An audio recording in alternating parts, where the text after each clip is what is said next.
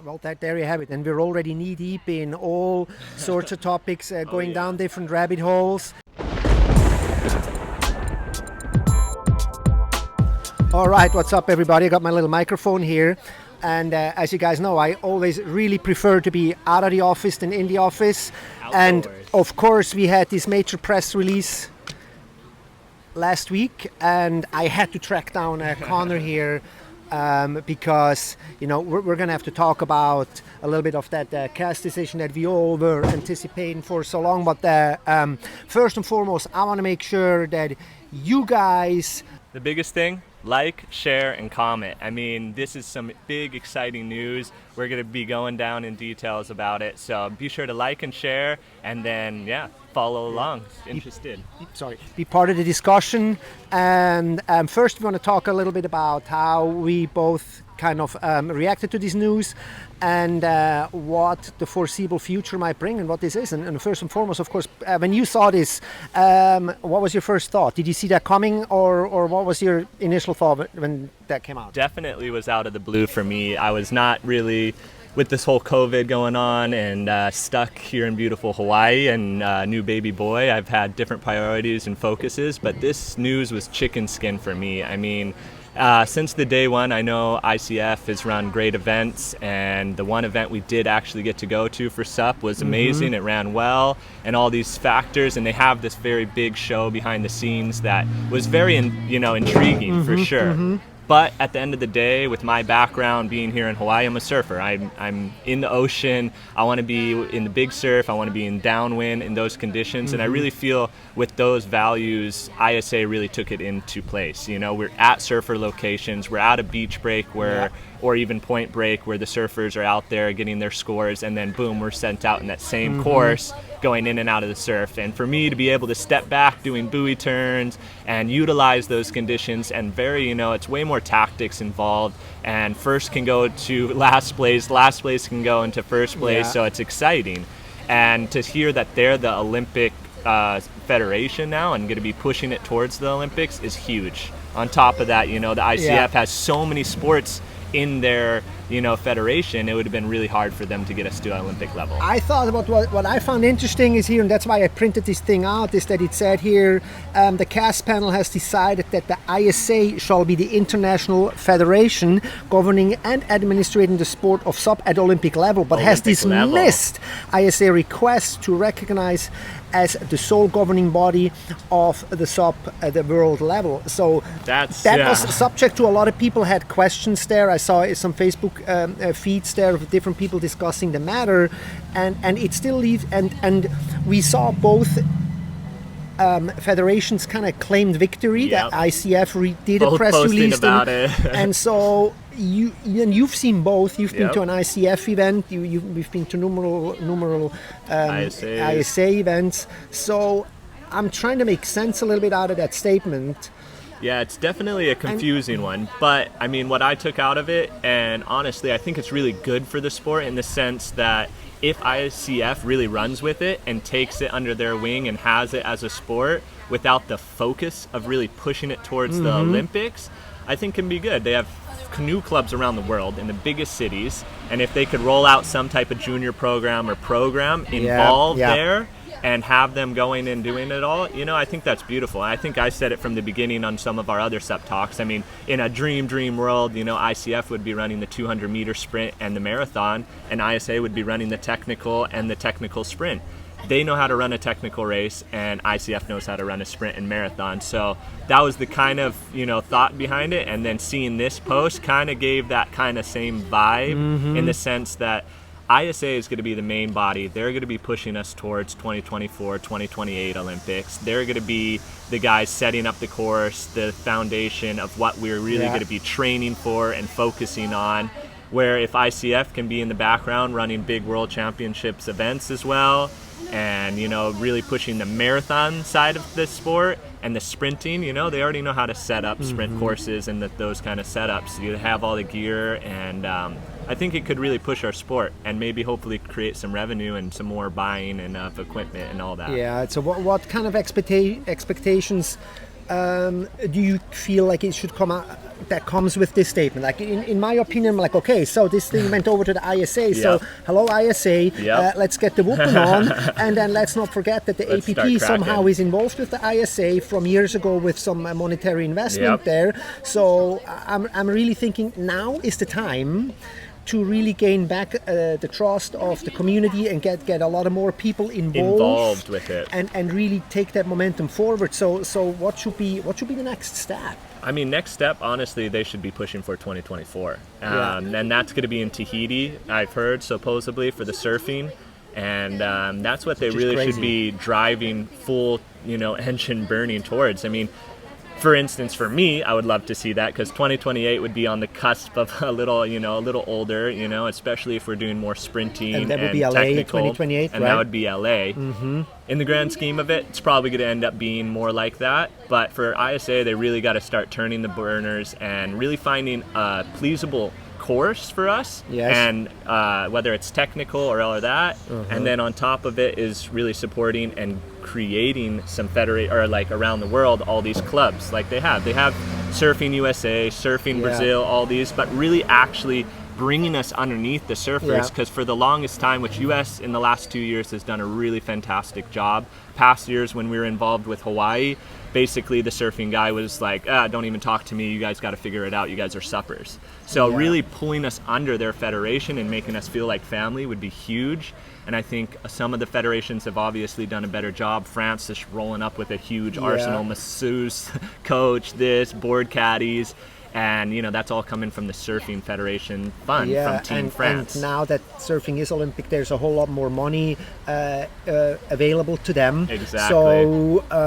So that's interesting times ahead. I'm thinking we're probably not going to see an ISA World Championship this year. I mean, which makes sense. I would imagine, But then I would think, having still that Canary Island event on Worlds, the books for the APP. Now that could be an opportunity for the ISA to kind of jump on board and kind of start commingle there a little bit more. And especially on the sense that they've changed it to a world. So now it's not, there's only 2 events. It's not going to be a world tour. Which, fair enough, 2 events crowning a champion would be a little weird.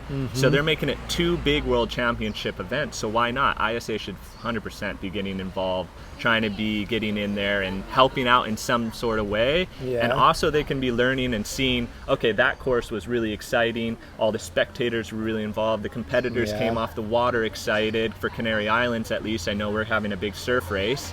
And a distance. So whether that all plays out and how they're going to run it, whether they're going to be doing a sprint technical and a big technical, whether it's a 200 meter in and out through the surf like APP style, and then the next day is a big 5K technical course where 50% gets knocked out, and then you have the finals. They really got to be crossing their T's and dotting their I's right now, getting it really, really set straight. Yeah, cool. Well, here, let me. You've been holding this thing so much. Well, here you have it. This is the statement in its whole length. Yep. It's been widely discussed. Everybody was very surprised. There was some noise behind it. I frankly definitely did not see that coming when I had the newsletter that morning. I was like, oh wow, so this is here already. How did that happen? And now it's definitely it's time to move forward, and I would think we have 4 years now to show the world that SUP can get organized. It can. Different organizations can come into the same umbrella. As far as for the guys that are watching in Germany, because I know the Canoe Federation over there is doing an extremely good job with their organization and structuring of the sport, and I hope that they are kind of not losing the steam with this and keep continuing, because with the news, because you're mentioning something really important was with the clubs and the federations, and one thing that is really Germany is like the number one example in the world is how well structured their sports are, and how kids, juniors, which is very important, bringing brought up from underneath on a club level. Whereas right now, for the longest time, I mean, for me as a kid, jumping into SUP was a gamble, Whereas now, especially with this news of the ICF having, more the regional or whatever you want to call it, they don't have the Olympic level, but they have the potential to run amazing world championships. They have potentials of creating programs for the kids, juniors, somewhere for them to get in and get started. And then there's the World Championships, or if same with ISA, you know, they have to start the same kind of thing, in the sense that we need to give people this hope, this goal of, you know, there's an Olympic gold medal at the end of this, you know, and this is two federations now have finally discussed it and come to, you know, a good happy medium. And for ISA, they have a lot of work to do. ICF has had 100 years in the bank as far as running world championships, Olympic level events, and getting these kind of clubs and these things set up and started. They have a good foundation. So ISA has a lot of work to do, but it's potentially, you know, a huge thing for us. Yeah, and I think what I would find nice is now with this that we would maybe see some ISA things throughout the year, then just like one way kind of event that you know, that's something that I would like to see, but again, it's all a question of funding and whatsoever. For now, I think maybe last topic, subsurfing. Do you think subsurfing is going to be all included in that, or is that going to get pushed to the side, or where do you see that going? Hard to say.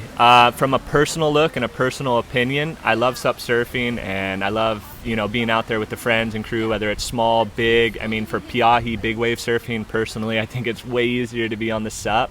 But really getting down to details, at the end of the day, you ask any professional SUP surfer, it's more interesting to watch shortboarding. They're going way more radical. They're going a lot faster. The boards are smaller, easier to maneuver, that I think it would dilute it way too much and pull way too much focus away from this racing, honestly. But at the end of the day, they deserve just as much opportunity as us, but it would be a big handful. You know, they would have shortboarding men and women, and then you have SUP, you know, men and women, and then racing men and women. So that's a lot of divisions. ISA luckily has the potential, and, you know, they are a small federation. They can add those sports under there.